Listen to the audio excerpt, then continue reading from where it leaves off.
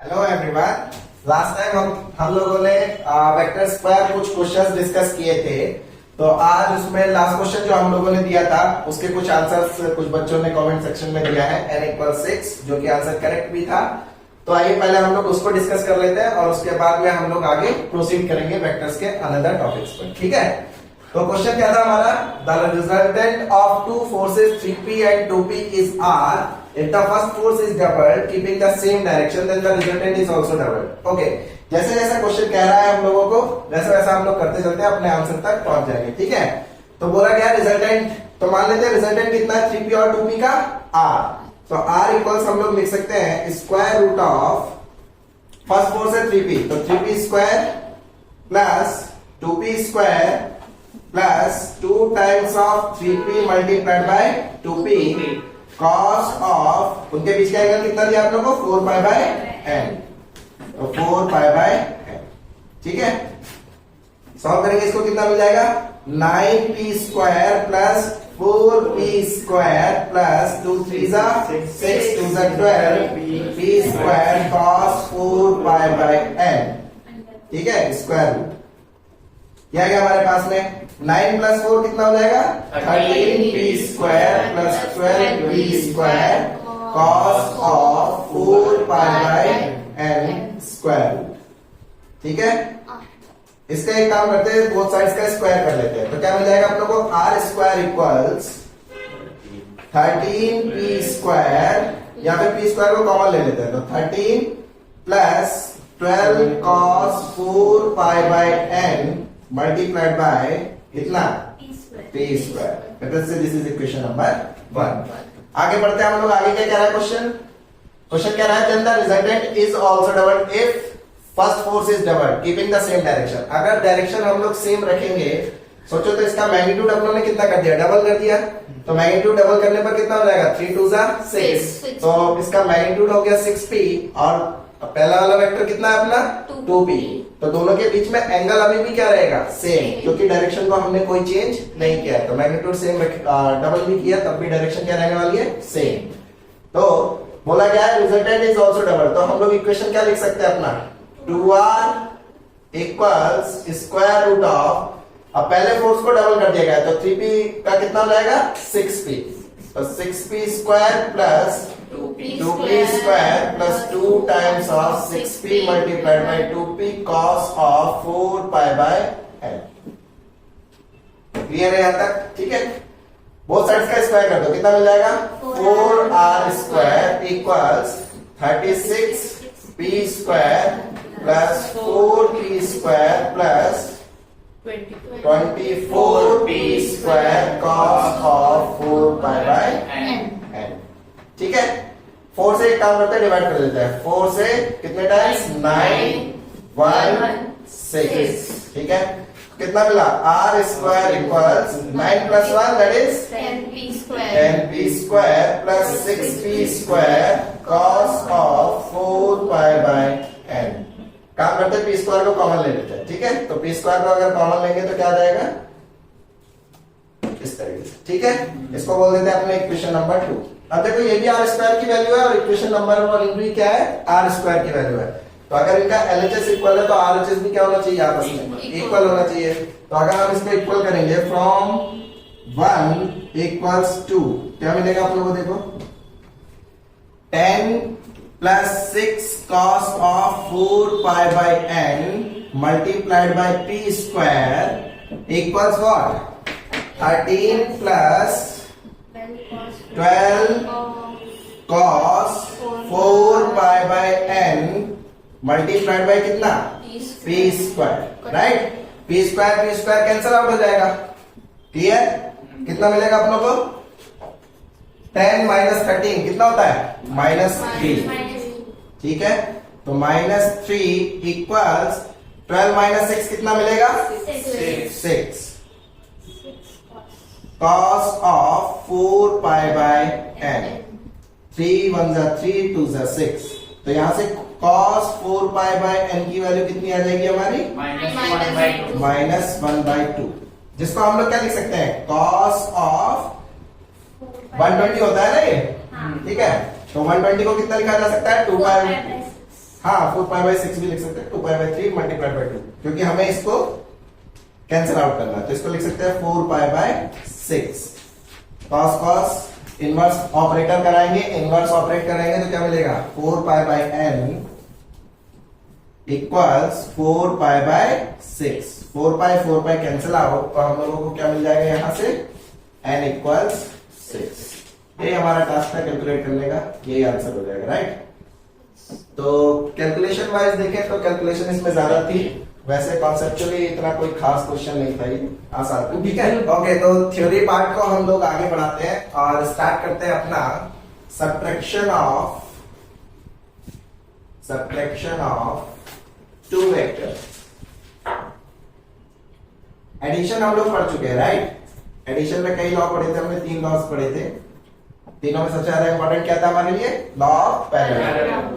तो subtraction of two vectors कुछ ज्यादा बड़ी रॉकेट साइंस नहीं है इसमें, तो बेसिकली नॉर्मल ही है।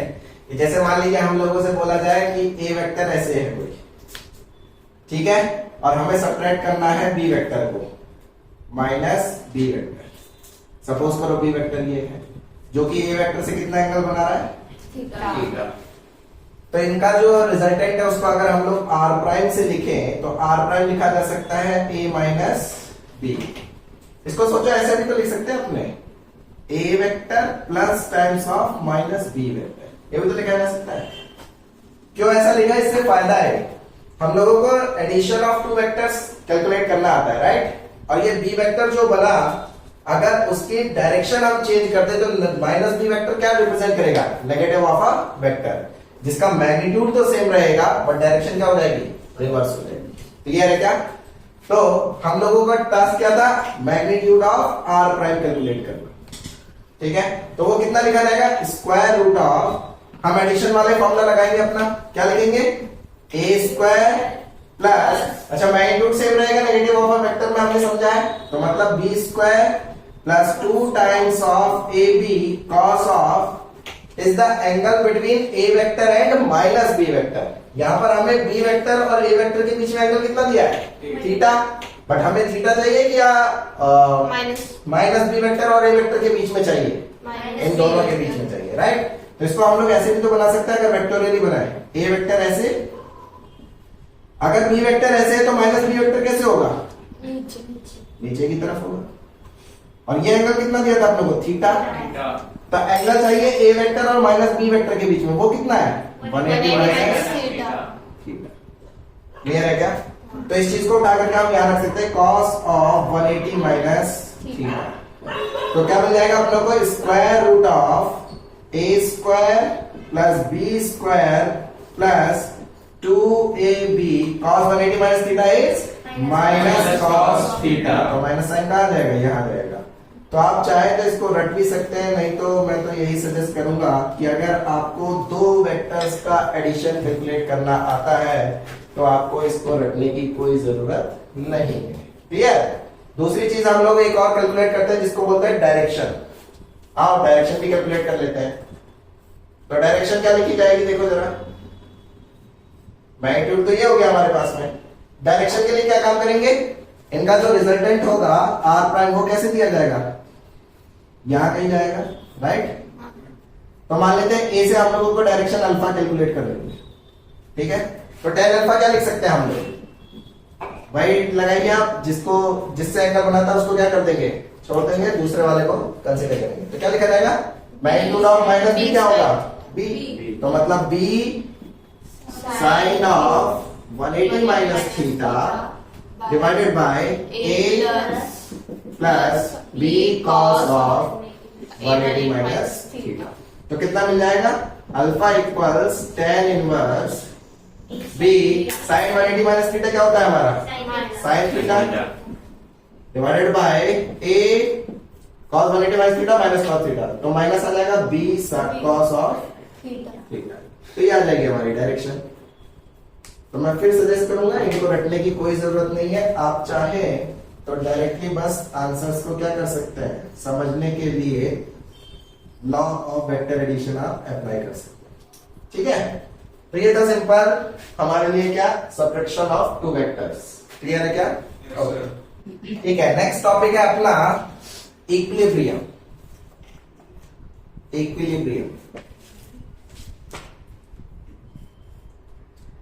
देखो इक्विलिब्रियम का क्या मीनिंग है, जैसे मान लीजिए अगर हम लोग बात करें किसी बॉडी पर एक से ज्यादा फोर्सेस लग रहे हैं, ठीक है, और वो बॉडी सेम स्टेट में चल रही है, मतलब उसमें कोई चेंजेस नहीं आ रहे हैं, जो भी पुरानी स्टेट थी उसकी वो सेम स्टेट में है, ठीक है, तो हम उस बॉडी को क्या बोलेंगे, ट्रांसलेशनल इक्विलिब्रियम में बोलेंगे। ट्रांसलेशनल वर्ड क्यों यूज में लिया, क्योंकि उस बॉडी पर नेट फोर्स हमने क्या माना है, जीरो।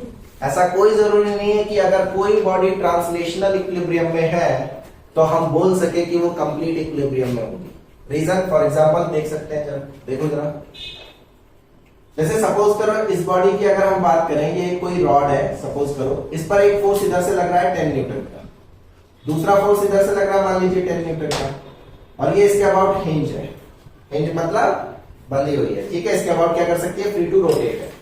तो सोचा अगर 10 न्यूटन का फोर्स इधर से लगा, 10 न्यूटन का फोर्स इधर से लगा, तो आपको नहीं लगता कि इस पर नेट फोर्स कितना है, नेट फोर्स अभी भी जीरो है। क्यों, क्योंकि 10 न्यूटन इधर से मैग्नीट्यूड, 10 न्यूटन इधर से, अगर इसको आप एक डायरेक्शन बोलते हैं, इसको दूसरी डायरेक्शन बोलेंगे, तो ये पॉजिटिव अगर तो ये वाला नेगेटिव, और मैग्नीट्यूड सेम है तो नेट फोर्स क्या होगा, जीरो।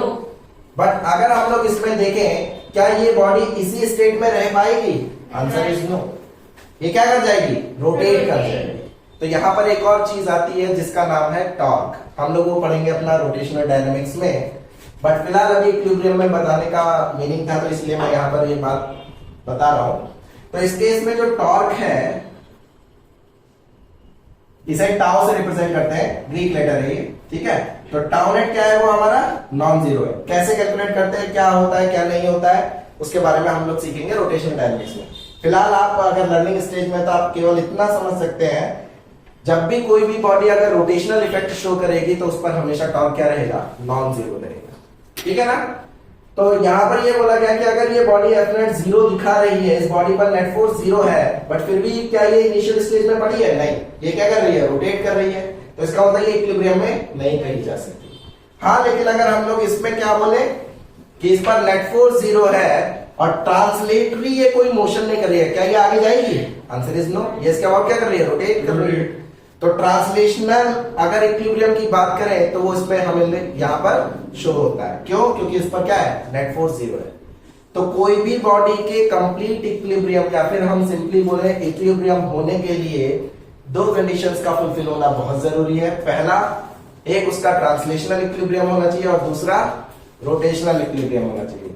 ये बात अलग है, फिलहाल हम लोग जब तक रोटेशनल डायनामिक्स नहीं पढ़ लेते तो हम लोग अगर इक्विलिब्रियम बोल रहे हैं तो ये बाय डिफॉल्ट अंडरस्टूड माना जाएगा कि हम लोग किसकी बात कर रहे हैं, केवल और केवल ट्रांसलेशनल, ठीक है। तो जब भी अगर आने वाले लेक्चर्स में मैं रोटेशनल डायनामिक्स से पहले अगर इक्विलिब्रियम बोलूं तो आपको समझना है कि मैं बात कर रहा हूंगा translational equilibrium, that means body पर नेट फोर्स क्या होगा, जीरो। क्लियर है क्या, तो कंफ्यूजन। अच्छा, एक और कंफ्यूजन क्रिएट होता है, क्या सिस्टम पर अगर टाउ नेट जीरो है, मतलब रोटेशनल इफेक्ट अगर नहीं है, तो क्या बॉडी पर नेट फोर्स भी जीरो होगा। आइए देख लेते हैं काउंटर एग्जांपल, आंसर इज देखो, जैसे मान लीजिए एक बॉडी है, यहां पर है, ये कोई सरफेस इस पर रखी हुई है, ठीक है, इस पर इधर से मान लीजिए फोर्स लगा 10 न्यूटन का और इधर से फोर्स लगा कितने का, 2 न्यूटन का। तो सोचो अगर 10 न्यूटन इधर से फोर्स लगाया जाए, 2 न्यूटन इधर से फोर्स लगाया जाए, इफेक्टिव कौन है, 10 न्यूटन वाला, राइट। तो क्या लगता है ये बॉडी क्या करेगी, आगे की तरफ ट्रांसलेट कर जाएगी, आगे की तरफ चली जाएगी, राइट। कितने इफेक्टिव फोर्स से, 10 माइनस 2 दैट इज 8 से। क्लियर है क्या। तो यहां पर नेट फोर्स बॉडी पर कितना है, नॉन जीरो, जिसकी वैल्यू 8 है, बट क्या रोटेशनल इफेक्ट शो हो रहे हैं यहां पर, आंसर इज नो। तो मतलब यहां पर टाउ नेट क्या है अपना, जीरो। तो ऐसा कोई जरूरी नहीं है कि अगर बॉडी पर नेट फोर्स जीरो है तो टाउ नेट भी जीरो होगा, उसका एग्जांपल आपके सामने है। और ऐसा भी कोई जरूरी नहीं है कि अगर टाउ नेट जीरो है तो बॉडी पर एफ नेट जीरो होगा। क्लियर है क्या, दोनों काउंटर एग्जांपल आपके सामने है। फिलहाल हम लोग अपने टॉपिक पर स्टिक रहते हैं और बात करेंगे टॉर्क की हम लोग रोटेशनल डायनामिक्स में। तो आइए वापस चलते हैं हम लोग इक्विलिब्रियम में। तो इक्विलिब्रियम में होने के लिए किसी भी बॉडी का translational as well as rotational equilibrium में होना बहुत जरूरी है, ठीक है। तो हम लिख सकते हैं a body is said to be in equilibrium equilibrium के लिए मैं शॉर्ट में लिखूंगा EQ ऊपर है, ठीक है। A body is said to be in equilibrium if and only if it has translational as well as rotational equilibrium. Right, clear है क्या? तो यहां पर एक चीज ब्रैकेट में लिख भी लेते हैं हम लोग, here will deal only with translational equilibrium,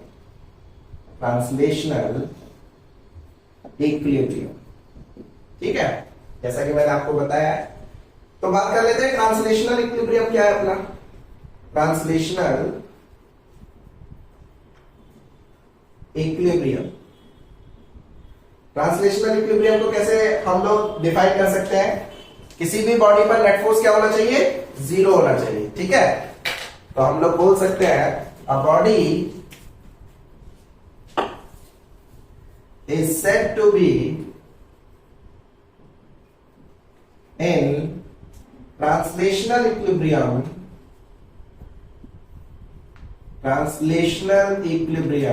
if and only if net force on the body must be 0. This is the condition. In fact, vectorial, ठीक है ना। नेट फोर्स क्या होना चाहिए बॉडी पर? 0 होना चाहिए। और अगर हम लोग रोटेशनल इक्विलिब्रियम की बात करें तो रोटेशनल इक्विलिब्रियम को कैसे लिख सकते हैं? A body is said to be in rotational equilibrium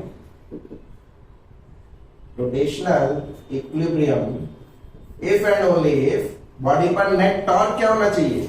0 होना चाहिए। नाउ इट इज 0, ठीक है।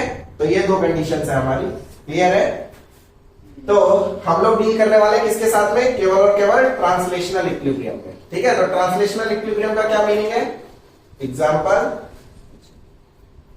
फॉर ट्रांसलेशनल इक्विलिब्रियम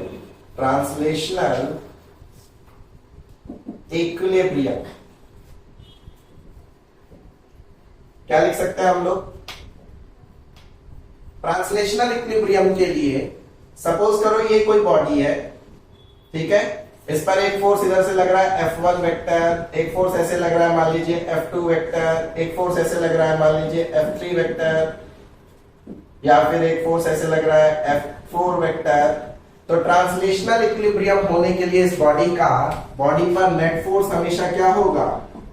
0 होगा, which means F1 vector plus F2 vector plus F3 vector plus F4 vector जो रहेगा वो हमारा क्या रहेगा? 0 रहेगा, ठीक है। This is the necessary condition for translational equilibrium. तो हम लोग इस चैप्टर में बेसिकली जब भी इक्विलिब्रियम की बात करेंगे हमेशा हम डील करेंगे किसके साथ? केवल और केवल ट्रांसलेशनल इक्विलिब्रियम। इस बात को आप लोग याद रखेंगे, क्लियर है क्या? Yes sir. ओके, तो ठीक है। नेक्स्ट टॉपिक है अपना, इसी से एसोसिएटेड इक्विलिब्रियम में हम लोग एक थ्योरम पढ़ते हैं जिसका कभी कभी हम लोगों को यूज करना पड़ता है, जिसको बोलते हैं अपने लामीज थ्योरम।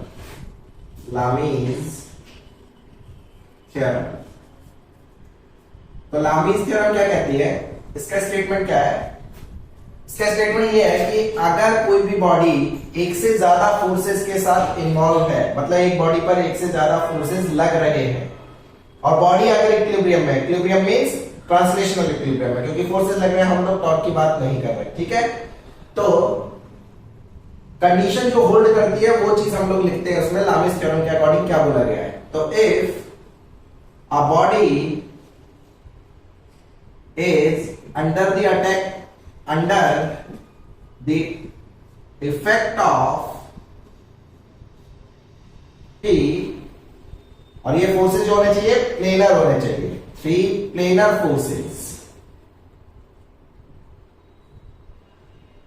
co-planar forces.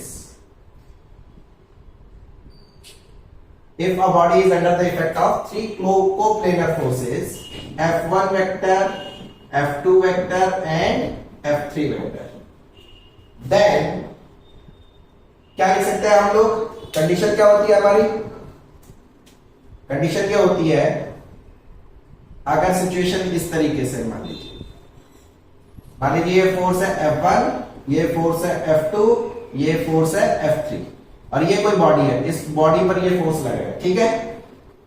और ये एंगल मान लीजिए आपको दिया है अल्फा, ये एंगल दिया है आपको बीटा और ये एंगल दिया है आपको गामा। तो अकॉर्डिंग टू लामीज थ्योरम हम लोग लिखते हैं F1 upon sine alpha equals F2 upon sine beta equals F3 upon sine gamma, ठीक है।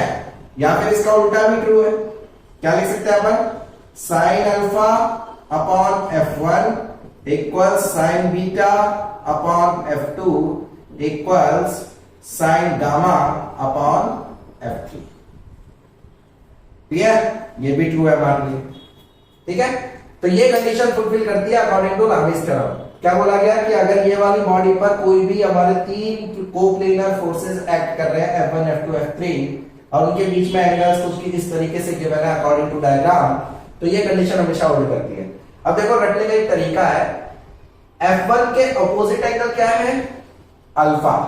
या फिर ऐसे भी रख सकते हैं F1 अगर फोर्स लिया गया तो उसके अलावा जो दो फोर्सेस बचे उनके बीच का एंगल हमें कंसीडर करना है, क्योंकि कोई जरूरी नहीं है इसी ऑर्डर में हो। यहां पर तो मैंने लिया है कि F1 के आगे अल्फा, F2 के आगे बीटा, F3 के आगे गामा, राइट। तो कोई जरूरी नहीं, कुछ भी हो सकता है। फॉर एग्जांपल जैसे अगर मैं आपसे पूछूं, एग्जांपल हम लोग बात करें इस तरीके से, जैसे मान लीजिए एक फोर्स है ऐसे P, एक फोर्स है ऐसे Q, एक फोर्स है ऐसे मान लीजिए R, ये एंगल है थीटा, ये एंगल है बीटा, ये एंगल है अल्फा।